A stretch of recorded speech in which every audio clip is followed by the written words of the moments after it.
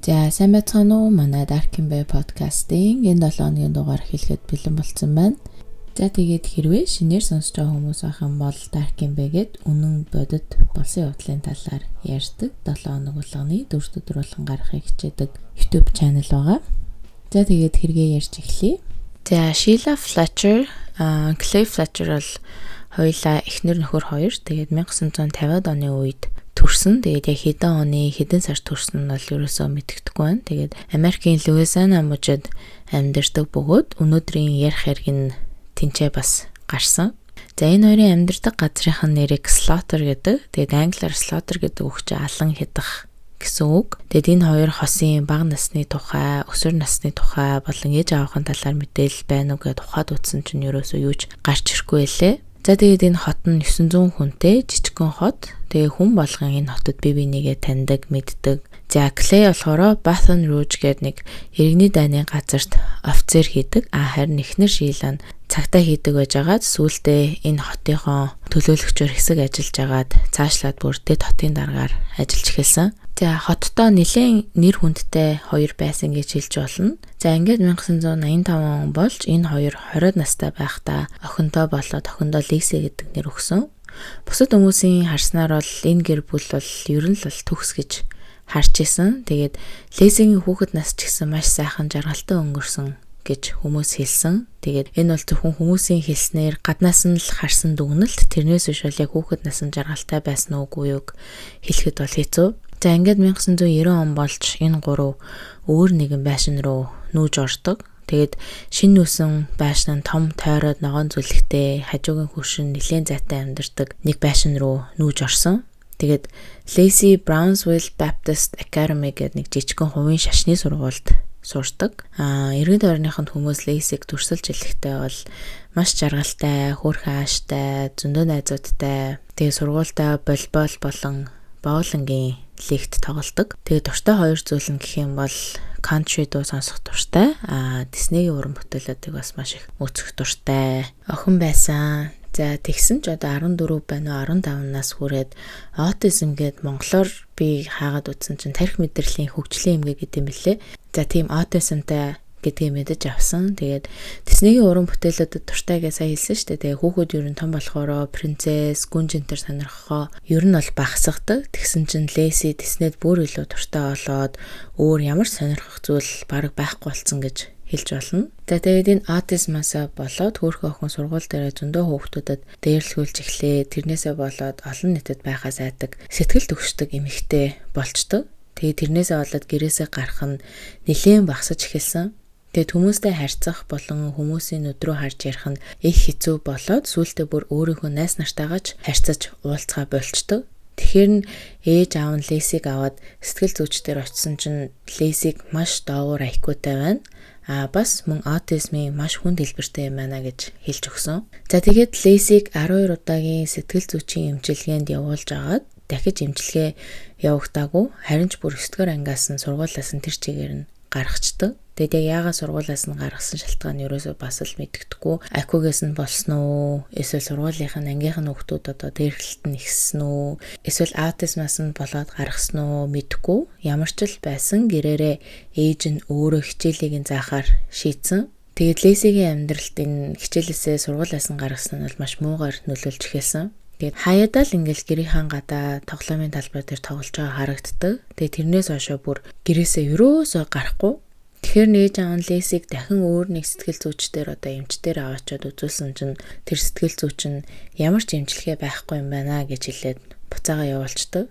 Тэгээд тэрнээс хойшоо Lacey бол дахиж эмч юм уу, эмнэлэг юм уу сэтгэл зүйчдэр очиж чадаагүй. Тэгээд хаяадаа л Lacey ингээд гадаа дасгал хийгээд алхаж яваа хөршүүдтэй харагддаг. Тэгээд гартаа жим бариад алхаад явж байгаа тэр үедээ хөршүүд нь хараад за зүгээр л байгаа юм байна гэж орхичдөг. Ерөөсөө тэгэж бэртэж гэмтсэн, ядарч зүдэрсэн харагддаггүй байсан болохоор хөршүүд нь ч гэсэн ээж аваас нь Lacey зүгээр үү яаж ийн гэж асуудаг байсан.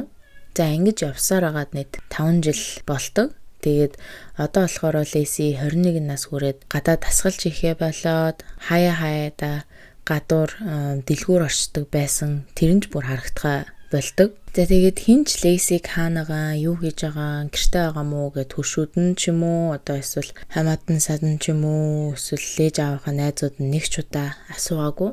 Тэгэд энэ хооронд Шила, Клей хоёр хотын захиргааны туслах болон цагдаа офицерын ажлаа хийгээл олон нийтэд нэг л их сайхан хүмүүс, тусч хүмүүс шиг ингээд яваад исэн. За Шила болохоор Facebook дээр байнгын энэ тентгийн арга хэмжээнд оролцлоо. Тэр газар хоол идлээ, энэ газрын нээлтэнд орлоо гэж пост хийдэг. Facebook-ыг бол маш их идэвхтэй ашигладаг. Тэгсэн мөртлөө нэг ч удаа охиныхоо зургийг ерөөсөө хийдгүү. Тэгээ бараг минут тутамд Facebook дээр пост хийдэг мөртлөө одоо том болцсон охиныхоо талаар нэг жоохон юм пост хийж болно шүү дээ. Тэгж яах чи ерөөсөө юу ч байхгүй. Яг жоохон байхад бол тэгээд жоохон хүүхдийнхаа зураг мөргийг Facebook дээр бол ер нь постлоод димээ. Гэхдээ одоо том болцсон хүүхдийнхаа одоо зурагч юм уу те тэр сургуульд явж байгаа, ингэж байгаа, тэгж байгаа гэд нэг ч тийм постыг оруулдаг байсан. За хөршүүд нь Лейсиг яг уу одоо 21 нас хүрсэн юм чин охин ингээд өөр мод руу коллежд явцсан байх. Эсвэл хүнтэй суугаад явчих гэд бодож исэн ч гэсэн одоо охин чин ингээд ээж аав дээр нэг ирэндээ те ерөөсөө дахиж хизээч үзэгдэж харагдаагүй Лейси. За Клей Шила хоёрын хэлж байгаагаар бол Лейси өөрөө ерөөсөө гэрээсээ гарах сонирхолгүй байсан. Тэгээ тэр тусмаа зочны өрөөнөөсөө бүр хөдлөхгүй зочны өрөөнийхөө диван дээр л сууж идэг. Тэрнээсээ босхгүй бүр босхийг ч хүсдэггүй байсан гэж хэлсэн. Тэгээ дээж аав нь болохоор гарьяа орё тэ чи ядаж ингээд өрөөндөө ороо гэд хэлсэн ч гэсэн битүүрийг ерөөсөө сонсохгүй диван дээр л суугаад идэг. Тэгээ тэрнээсээ болоод бүр сэтгэл төгшөх хэмээг нь бүр амар болоод гэрээсээ 3 жил гараагүй. За ингээд одоо бол 2010 он болж Лейси 24-тай байхад Шила Клей хоёр сэтгэл мэдрэлийн эмчтэр очоод Лейсид тусламж хэрэгтэй байна. Лейси маш олон төрлийн айдастай болоод бүр том өрөөнөөсөө тэр тусмаа диван дээрээсээ бүр босдгүй. Бид хоёр хоол ундын диван дээр аваачиж өгдөг. Тэндээ унтдаг, буудан дээрээ бүх юмаа хийдэг болчлоо гэд хэлсэн. Тэгээ дээрээс нь нэмээд бид хоёр ингээд Disney-гийн видеонуудыг зурагтан дээр нь тавьж өгдөг. Тэгээд усан дор энтер гэхээр ерөөсөө ордоггүй. Орохгүй басаар агаад одоо бүр амар өмхийн үнэртэй болоод, үсэн ширэлтэй, тастай болоод амар болцсон. Тэгээд бүр цаашлаад 0 орохгүй байна. Тэгээд хажууд нь одоо битээр аргаа ядаад хүүхдийн кошон хүртэл авчиж өгөөд энэ дээр баач гэхэд Лейси битээрийг сонсохгүй диван дээрх суудлаасаа босоод баач хийжгүй шууд тэр дороо нэг ачуурн дээр баач хийгээд байна гэж хэлсэн. Тэгээд тэр баас шээсэндээ арьсан түлэгтээ сүултээ арьсаар нь дүүрэн жижигэн юм туураад арьсан өвдөд байгаа гэд тэр эмчэд хэлсэн чинь эмчин шууд одоо за маш яаралтай түргэн эмнэлэг рүү явуулаа. Хэрвээ явахгүйгээ зүрх юм бол өөрийнх нь хүслийг хамаарахгүй эмнэлэг рүү хүчээр авч явж болох бичиг хийж өгсөн. За тэгээл хэлсэн чинь ээж аав нь ерөөсөө Лейси зүгээр штэ арсныг өвдөхгүй байгаа гэсэн. Нэрээ одоо бодоодсэн чинь диванаасаа босмооргүй байна гэсэн. Тэн дээр л байхдаа жаргалтай гэж хэлжсэн. Тийм болохоор эмнэлэг рүү дагуулж авч яваад димээ ахаа ерөөсөө диван дээр л байлгачээ гэж хэлээд тэр эмнэлгээс гараа яваад өгдөг. За тэгсэн эннийхэн талаар нөгөө эмчин ч гэсэн дахиад сөхөж яриаггүй. Цагтаад энэ айлынд очоод шалгасан дээр шүү гэж хэлээчгүй, ягаачгүй. За тэгэл ээж аав л эмчин мэдж байгаа юм байл үгэл орхисноор хүүрхий Лейси охин бүхэл бүтэн 9 жилийг тэр диван дээрээ өнгөрүүлж одоо нийт 12 жилийг диван дээрээсээ ерөөсөө босхгүй өнгөрөөсөн. За энэ хооронд Шила Клей хоёр хоёулаа ерөөсөө юуч болоогүй юм шиг ажилдаа яваал энэ тентгийн арга хэмжээнд оролцоол явж исэн. Тэгээд энэ үед Шила болохоор хотын дэд даргаар ажиллаж исэн. Тэгээд Facebook дээрээ шинэ жил болж гин гэд гацуур мод гаргаад зассан. Тэгээд тэрийгэ чимэглээ тэр модныхаа хажууд хөртөөгөө зүг зураг авахуулаад Facebook дээр пост хийсэн. За тэгсэн чинь яг тэр модных нь хажууд хитгэн алхмын цаана диван дээр Лейси өгсөн намд нь мэдгэдэггүй нэл баас шээсэндээ хутгалцсан сууж байгаа штэ. Тэгж яах чинь тэгээ бүр юу ч болоогүй юм шиг Facebook дээр зураг хийгээл. За тэгээд хаяад энэ хоёрын найз нь ингээл охин чинь юу жийнаа сайн уу гэж асуунгууд нөгөө хоёр чинь шууд бантаал өөрөө мөрөө явцдаг сэдв өөрчлөөд тэг хизээж өөртөө охиноо эхэлж ярьдгүү. За ингэж байсаар байгаад Лейсиг хүмүүс хараагүй нийт 15 жил болсон. За ингээд цаашаага ярихаас өмнө та нарт анхааруулж хэлэхэд яаж одоо хүн тэр тусмаа ээж аав хоёр нь хүүхдтэй ийм амар хандаж анхаарал халамж тавьдгүй байна арайч тэгэж хэлмээр болно. Тэгээд хоол мол идж байгаа бол хоолоо итгэх болоо сонсоорой гэж хэлье. За ингээд 2022 оны 1-р сар болж хамгийн сүүл Лейсиг харсан нь 15 жилийн өмнө байсан бөгөөд одоо 36 настай байгаа Лейси. За Лизигийн ээж нь 1-р сарын 3-ны шөнө 2 цагт 911 руу залгаад манай охин амьсгалахаа болчлоо. Манай охин том 30-аад настай. Тэгээд ойрд ерөөсөө хоол мол идэхгүй байсан. Тэгээ нэг л өдөр идэхэ байцсан. Тэгсэн чинь ингээд амьсгаа хураач уу яач уу мэдэхгүй байна гэд төрөний операторт хэлсэн. Тэгсэн чинь оператор нь за тэгвэл охин чинь хэдэн настай вэ гэж асуусан чинь ээж нь болохоор 30-аад насных. Тэгэнгүүтэл оператор нь за хэдэн настай мэ гэдгсэн чинь нөгөө юу лээ 30-тай штэ биш 31-тэй гэд охиныхоо бүр хэдэн настайг ерөөсөө санахгүй мэдэхгүй байсан. Тэгээ сая та нарт хэлсэн штэ 36 настай. Тэгэхээр одоо бүр охин нь ингээ гэрээсээ 15 жил гараагүй болохоор хэдэн ч настай хэд ч үрж байгаа тэрэнд нь бүр анхаарал тавихаа болцсон байгаа байхгүй. За тэгээд оператор за охиноо тэгвэл шалан дээр тавьж агаад хиймэл амьсгаа хийгээд хэлсэн чинь Шиля нөхөртөө зааварчлаад тэрийг нь хэлсэн чинь Клей болохоор өөдөөс нь би охиноо диван дээрээс өргөж чадахгүй байна гэд диван дээр байхад нь хиймэл амьсгаа хийлээ гэж хэлдэг. За тэгэл оператор нь уцаа салгаад одоо түргэн цагтаа явууллаа. Наад болж одоо очиж байгаа шүү гэж хэлээд цагдаагийнхан ч гэсэн гэрт маш хурдан хурж ирээд том өрөөрөө ороод харсан чинь Клей диван дээр охиндоо хиймэл амьсгаа хийж байгааг нь цагдаа хараад шууд ингээд за би ч одоо энэ ч юу болоод байгааг мэдэхгүй байна. Энийг зохицуулж чадахгүй юм байна гэд шууд цогцсны задлан шинжиж гэх юм уу тэрнлөө залгаад хурж ирээ гэж хэлдэг. За тэрийг харсан цагтаа бол сүүлд дэлгэхдээ миний амьдралтаа харсан хамгийн амар дүр зураг байлаа гэж хэлсэн байсан. За цогцсны мэрэгчлэлтэн эмч Брекхэм гэдэг хүн баг хамт олондоогоо хурж ирээд гэрийн хаалгыг онгойлгол ингээд үнэрчсэн чинь амьдралтаа үнэртэж байсан хамгийн амар үнэрсэн гэж хэлсэн. Тэгээд энэ хүн чинь одоо хүүр цогцос шинжилдэг хүн байнгын ингээл үхэл үнэртэж явдаг. Тэгсэн чинь амьдралтаа ажиллаж исэн одоо хугацаанд үнэртжсэн хамгийн амар үнэр байлаа гэж хэлээд тэр үнрийг дүрсэлж хэлэхдээ муу ус, шээс, баас, цус өнхирж байгаа цогцос бүгдээрээ нийлээд нэгэн зэрэг үнэртжсэн. Тэгээд дэндүү амар үнэрчсэн болохоор амьсгаад авчдаа том өрөөг орхиж гараад цэвэр агаар амьсгалчаад буцаж орж ирсэн гэсэн. За буцаж ирээд галзууханд орсон чинь Клей ширээний хажууд ингээд ямар сэтгэл хөдлөлгүй харин Шиля газар хоёр өвдөгнийхөө хооронд толгоогоо хийгээ сандарсан наашаа цаашаа хөдлөөд суучсан гэсэн. За Брекхэм галзуух өнгөрөөд цаашаага том өрөөрөө орсон чинь том өрөөний голд нь диван, хажууд нь ширээн дээр нэг ламп.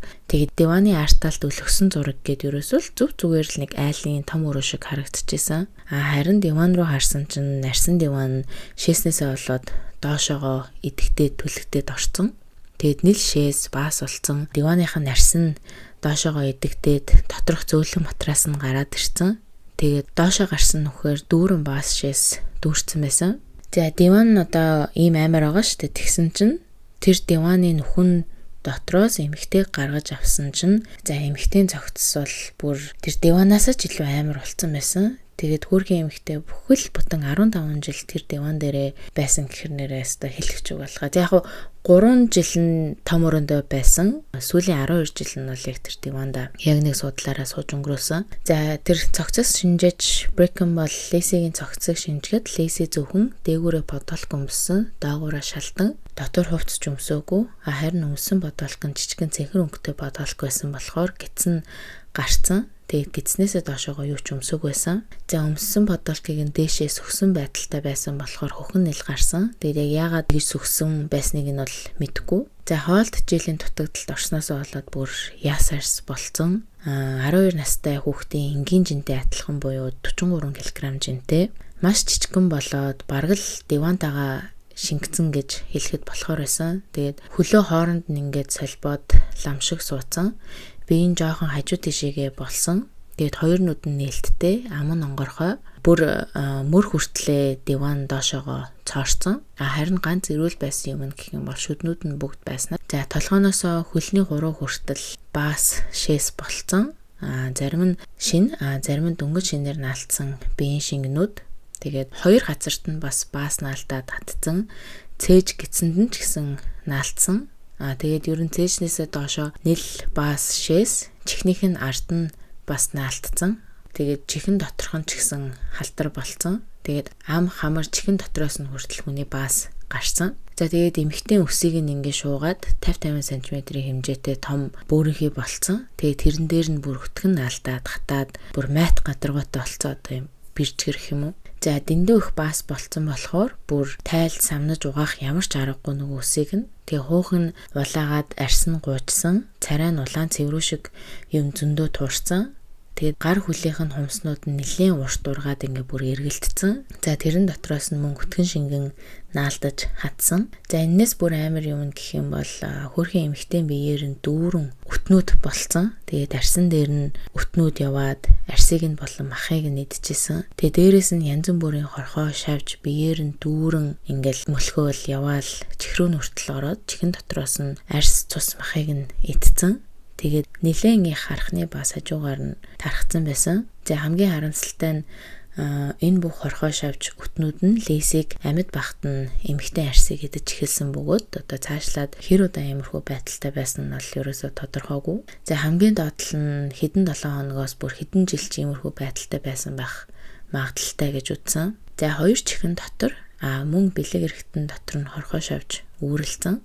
За тэгээд дахиад цаашаагаа хараад утсан чинь Леси дивантайгаа нийлээд наалтаад бараг диван нь Лесиг нэг эргэтэн шиг болтлоо хоорондоо наалтсан байсан. Яг юу гэсэн үг вэ гэхээр Леси ингээд дивантайгаа наалтснаасаа болоод арьс нь нэлэгдээд бүр байхгүй болоод гуй хөлн дээр нь том шарах үүссэн. Тэгээд хөлнийх нь арьс буцаж түлжих үед диваны арьстай нийлээд ургацсан байсан. За тэгээд 911-ийн оператор нь Лесиг газарт буугаад хиймэл амьсгаа хийгээд гэдгсэн шүү дээ. Тэгсэн чинь аав нь ерөөсөө газарт буулгаж чадахгүй байна. Диванаасаа салахгүй байна гэсэн одоо ийм учиртай байсан. Тэгээд би энэ бүгднгийн ингээд орчуулаа сууж байхдаа стил надад амар санагдсан. Би ингээд зөндөө л хэрэг ярьж илаа. Тэгээд энэ шиг ийм амар хэрэг ярьжсэн ерөөсөө санахгүй байна. Тэн чинь бүр зүгээр нэг танихгүй хүн биш. Бүр өөрийнх нь төрсөн ээж аав нь ийм амар хандсан гэхээр бүр бас арай дэндүү өвдөлтөй. За тэгээд Лесигийн гуйн дээр шархан буцаж өрөөсөө эдгэрээгүйгээсээ болоод аль хэдийнэ Лесид амьд байхад нь хүчиж эхэлсэн. Тэгээ бас нэг байрлалаараа маш удаан сууснасаа болоод бүхсэн дээр нь маш том цооролт үүсснээс болоод бүхснийх нь булчин арьс бүгд байхгүй болоод хайлаад зөвхөн яс үлдсэн. Тэгээ цооролт гэдэг нь болохоор хэрвээ мэдгүй хүмүүс ахын бол хүн биенийхээ нэг хэсгийг удаан хөдөлгөөгүйгээсээ болоод цусны эргэлт нь яг тэр хэсэгт нь очиогүйгээсээ болоод тэр хэсэг нь үхээд маш хүнд өвчтөй өвдөлт үүсгэхийг одоо цооролт гэж хэлдэм билээ. За тийм болохоор эмнэлэг твж байгаа хүмүүс цооролтоос хамгаалаад маш сайн хөдөлж юм уу хэрэг хөдөлж чадахгүй бол эмч сувлагч нар нь өвчтнийг өмнөөс нь хөдөлгөж өгдөг. За тэгсэн Леси бүхэл бүтэн одоо 12 жил нэг байрлалаасаа хөдлөөгүй болохоор бүхсэн дээр нь тийм амар цооролт бол үүссэн. За толгойных нь арт нь бас цооролт үүсээ том шарах үүссэн.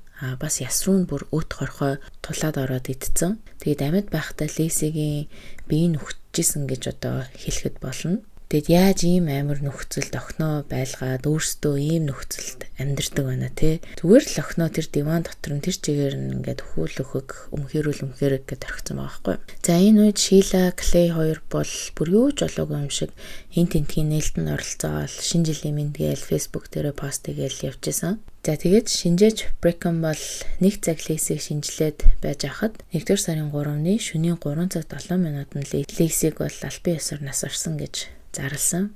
За Лесигийн үхлийг шууд хүн амны хэрэгээр авч үзэж Шила, Клей хоёрыг баривчилж аваад цагдаагийн газарт хорьсон. За энэ хооронд Лесигийн үхлийн шалтгаан нь гарч шалтгаан нь сепсис буюу цусны халдвар аваад нас орсон гэж гардаг. За маш олон зүйлээс болоод сепсис болсон. Нэгтэн гэх юм бол ясны чөмгөнд халдвар авсан. Хоёрт маш бохир заман байдлаасаа болоод цусны халдвар авсан. За гуравт гэх юм бол хоол тэжээлийн дутагдал болон уурны дутагдалд ороод тураалд орсон байсан болохоор тэр чинь хүн буцаад нөгөө нэг идгээ гэсэн ч итгэж юусоо чадахгүй. За тийм олон шалтгаануудаас болж нас орсон гэж үтсэн. За задлан шинжээч болон шинжээч эмч Бреком хоёр хоёулаа Лесигийн цогцос бол амьдралдаа харж исэн хамгийн амар буюу хамгийн хэцүү хэрэг байлаа гэж сүлд бас хэлсэн бэлээ. За задлан шинжилгээр Лесигийн хөл нь суусан байрлалаараа гатсан, коронавирус туссан, биений хэсэг том шар толбнууд үүссэн, бүхснийх нь булчин, мах бүх юм нарилаад зүгээр л хав харанхуйтай болцсон. Одоо бүхсч одоо нэг бүрийнхий хэлбэртэй дээ шүү дээ. Тэгсэн чинь бүр ямар ч хэлбэргүй болоод бараг яс арьс болцсон. Тэгээд гидсэн дотор хагийн задлаад үтсэн чинь матрасны хөвөн болон өөрийнх нь бас л олцсон. Тэг хөөрхий эмэгтэй бүр өлссөндөө болоод өөрийнхөө баасыг болон матрасны доторх хүн гэдэг байсан байхгүй юу. За тэгсэн затлан шинжиж Лесиг одоо иймэрхүү байдалтайгаар хэр удаан байсан гэж шинжилээд утсан чинь бүхэл бүтэн 12 жил иймэрхүү байдалтай байсан байх магадaltaй гэж гаргаж ирсэн. Тэгээ бүр 12 жил диван дээрээсээ буугаагүй. Яг тэр чигээрээ яг тэр сууснараа үлдсэн. За ингээд Шила Клей 2 шоронгоосоо $72,000 төлбөртэй батлан даалтыг төлж гэртээ гарсан. Тэгээ шууд бэлнээр $72,000 төлөөд гарч байгаа байхгүй. Тэгээд тийм их мөнгөтэй байсан юм бол охиноо өөрсдөө хармааргүй залхуу нүрээдсэн бол харах хүн ажилуулж энэ төр болно да. Тэгээ ерөөсөө тийм байхгүй. Тэгэл охиноо орхицсан. Энэ бол бүр арай дэндүү. За тэгээ шоронгоосоо гараад удаагүй байхдаа Шила сүүлийн 15 жил нэг ч удаа ингээл охиныхаа талаар Facebook дээр пост хийдэггүй байсан байж ич охиндоо ээж аваа хоёр нь хайртай шүү гэж бичсэн байсан. Бүр шал удлаа. За ингээд 2-7 хоногийн дараа Клей Шила хоёрыг цагтаагийн хэлц дээр аваачаад юу болсон талаар нь асуусан чинь энэ хоёр ингээд за 2010 онд бит хоёр эмчтэр очиж юу болсноо хэлсэн боловч бит хоёрыг эмнэлэг яв гэсэн. Тэгээ бит хоёр Леси дээр очиод хэлсэн чинь Леси үгүй диван дээрээсээ би босохгүй салахгүй гэж хэлсэн. Тэгэхээр бит хоёр ингээд хийх дургу байгаа хийхийг хүсгүй байгаа зүйлийг нь хиймээргүй байсан болохоор диван дээр нь үлдээсэн гэж хэлсэн. Тэгээ манай охин маш хүнд хэлбэрийн аутизмтай бас олон нийтэд байгаасаж айд сандардаг сэтгэлийн төвшөөртэй болохоор бит хоёр диван дээр нь өөрийнх нь хүслээр үлдээсэн штэ гэж цагтаа нарт хэлсэн. Тэгээд Леси өөрөө насанд хүрсэн болохоор өөрөө шийдвэр гаргасан. Бит хоёр яагаачгүй бит хоёрын буруу ерөөсөө биш. Бит хоёр Лесиг ядаж 0 ороод баа жишээ гэж хэлдэг байсан ч бит хоёрын үгэнд ортоггүй байсан гэж хэлсэн. Тэгэхээр цагтаа нар за тэгвэл та нар ядаж эмнэлэгт хандаж болоогүй мүү гэсэн чинь өөрөө явахгүй гэдсэн юм чинь бит хоёр одоо ямар өвчтэй байсан биш. Тэгэл орхицсан штэ гэж нэмжэлсэн. За тэгээд дээрээс нь нэмээд Шила болохоор би өдөр болгон охиндоо өглөөний цагийг хийж өгч диван дээр аваачиж өгдөг байсан. Бас өдрийн хоолны цагаар ирж хоол хийж өгдөг. Тэгээд орой гэр бүлээрээ бидэд бүтээрээ цуг сууж агаад хоол иддэг байсан. Хувцсыг нь би өмсүүлдэг. Нуран дээр нь цооролт үстэйг нь хараад тос энтер төрхөж өгдөг. Тэгээд төрхөөр Леси ерөөсөө өвчин инээ дээрээ гэж хэлдэггүй туртаал агаад байдаг байсан штэ гэж хэлсэн. Тэгээд том өрөөний ширээн дээр зөндөө тос хүүхдийн памперсны нундаг алчуурнууд, цэвэрхэн хувцснууд болон Диснейгийн хүүхэлдэйн киноны DVD-нууд байсан. Тэр нь Шилагийн Лесиг харж асарч исэн баталгаа гэж хэлж болно гэж цагтаа нарт бас нэмжилсэн. Тэгээд дээрэс нь дахиад би орой болгон Леситэй цуг диваныхаа хажууд унтдаг байсан штэ гэж хэлсэн. За тэр бол надад шал худлаа санагдсан. Хинч тэгэл тийм амар паста өтөтөө тийм диван дээр орой болгон унтахгүй л.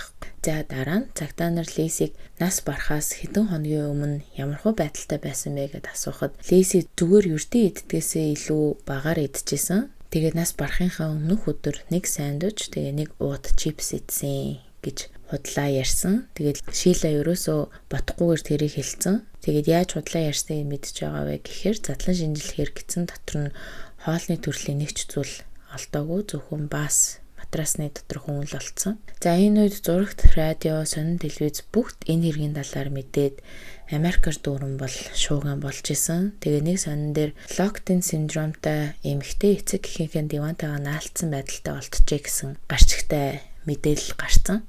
За тэгээд энэ Locked-in syndrome гэдэг нь яг юу вэ гэхээр нэг байрлалд ороод тэрнээсээ гарч чадхаа байсан, хөдөлж чадхаа болчдөг мөртлөө оюун ухаан санаа зүгээр ажилдаг одоо эмгээгийг хэлдэг. За тийм болохоор диванаасаа босож чадахгүй зөндөө утсан гэж үзчихсэн боловч сүүлд нь дахин хэрэг дээр ажиллаж исэн юм чинь бол хэлэхдээ ерөөсөө тийм Locked-in syndrome гэсэн юм байхгүй гэж хэлсэн мэлээ.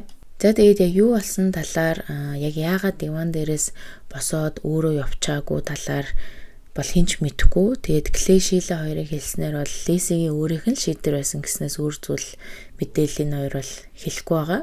Тэгээ зарим хүмүүс хэлэхдээ болохоор Леси ийм амар байдалтай бас шийсэндээ баригдаж цусандаа халдвар авч бүхэл бүтэн 12 жил байгаагүй баха. Хэрвээ цусандаа халдвар авсан бол 12 жил тэсгүй маш хурдан нас барах байсан гэж таамагласан. Зарим хүмүүс нь болохоор 2020 онд коронавирус гараад бүх юм хаагдаад карантинлах тэр үед л бохирдол халдвар нь муудсан баг. Яагаад тэгэхээр карантинлаад гэрээсээ гарч чадахгүйсэн болохоор Клей Шила хоёр бүр яавалч яг өхөл нээзгээд баг орхицсон. Бүр тоохоо байсан гэж үзсэн. За Лейси олон нийттэй харьцах, дунд нь байхаас айдаг эмэгтэй байсан болохоор гэрээсэж гармааргүй байдаг байсан. Тэгээд үнэхэрийн том өрөөнөөсөө тэр тусмаа диванаасаа босмооргүй санагдаад тэр нь өөрт нь аюулгүй тухтай орчин болцсон. Тэгээд тэндээ хэдэн өдрөөр суусан байх. Тэр нь ч бас үнэн байж магадгүй. Тэгтээ ээж аав нь одоо ингэж хүүхдийг ийм болтол нь л орхиж болохгүй шүү дээ. За тэгээд яг нэг позороо суусаар байгаад хөлн тэр чигтээ гацсан. Тэгээд Клей Шилэ хоёр одоо болтол бит хоёр хийж чадах бүх зүйлээ хийсэн л гэж хэлээд байгаа. Тэрнээс бол өөр зүйлийг бол хэлээгүй. Тэгээд ингээд эмэгтэй нас барснаас 18 сарын дараа шүүх хурал болоод second degree murder буюу айлах зорилготой биш санаандгүй тохиолдлоор алсан гэж шүүхэд дуудагдаад энэ хоёр өөрсдөө буруугүй гэсэн мэдүүлэг өгсөн. За тэгсэн чинь саяхан буюу одоо 2024 оны 2 дугаар сард өөрсдөө буруутай гэж хэлээд яллагч талтай хэлэлцэж агаад second degree-гээ manslaughter буюу урьдаас төлөвлөж алъя гэж алаагүй харин санамсаргүй санаандгүй байдлаар алсан гэдэг ялаар шүүхтэд 40 жил prison 20 жил suspend буюу 20 жил шорон суугаад гарах ялыг авсан. За энэ хоёр шоронд орсныхаа дараа хэвлэл мэдээллийнхэнд бид хоёр охиндоо үхтлээ хайртай байсан. Бүр яг till death буюу одоо үхтлээ хайртай байсан гэж хэлээд нэмээд бид хоёр хизээж охиноо алахыг хүсээгүй. Өдөр болгон харж ханддаг байсан. Одоо ч гэсэн харамсаж байна. Юу болсон талаар бодохоор бид хоёр охиндоо хамгийн юмаа зориулдаг байсан. Эцэст Лейси диван дээр л байгаад баймаар байсан болохоор бид хоёр зүгээр л тэр хүслийг нь биелүүлсэн гэж хэлсэн. За тэгээд 20 жилийн ялыг авна гэдэг бол яаж ч байсан багтахаар санагдсан надаа. Тэгээд хөөрхөн эмэгтэй Лейси бол өөрт нь юу болоод байгааг ямар байдалтай байгаагаа мэдчихсэн. Өдөр болгон ямар хөвдөлтийг тэсээд 12 жилиг өнгөрөөсөн болоо өстой. За тэгээд тэр үедээ ээж автайгаа ярьж ийсэн үү? Эсвэл дув дугаа байсан уу? Яг юу болоод ээж аав нь бас шэсийг нь ерөөсө цэвэрлэхээ болсон талаар мэдээлэл байхгүй. Шила Клей хоёр аль нь ч одоо болтол ерөөсө юу ч хэлээгүй байгаа. За тэгээд өнөөдрийнхөө хэргийг хохирогч охин Лейсигийн талаар жоохон яриад дуусгая. За Лейси Флетчер нь маш сайхан сэтгэлтэй, хөгжилтэй, хүн тусархаг охин. Дисней болон country хөгжмөнд маш их дуртай. Маш олон найзуудтай, өөрөө найзуудтай ч гэсэн хайртай охин байсан боловч харамсалтай найзуудтайгаа нийлхээ болоод баг багаар нийтийн нийгмийн амьдралаас холдсноор гэрээсэж гарахаа болоод ээж аавынхаа гарт байж болохгүй их зовлон шаналлыг амссан. Ийм нэгэн эмэгтэй талаар өнөөдөр ярьлаа. За тэгээд миний энэ дугаар дээр олж чадсан бүх мэдээлэл нэг иймэрхүү байна. Би тэгээд Монгол ирсэн байгаа байхгүй юу? Тэгсэн чинь нөгөө надаа ерөөсөө хэрэгээ нөгөө бичих рекорд их газар олддггүй. Тэгээд жоохон жижигэн мама уйлж байгаа дуу энэ тэнд гарцсан байж магадгүй. За хэрвээ тийм бол тэрийг ингээд сонсохгүй өнгөрөөчөрэй гэж хэлье. За тэгээд энэ 7 хоногийнхоо дугаарыг сонссон та бүхэндээ баярлалаа. Дараа 7 хоногийнхоо дугаараар уулзъя. Пока.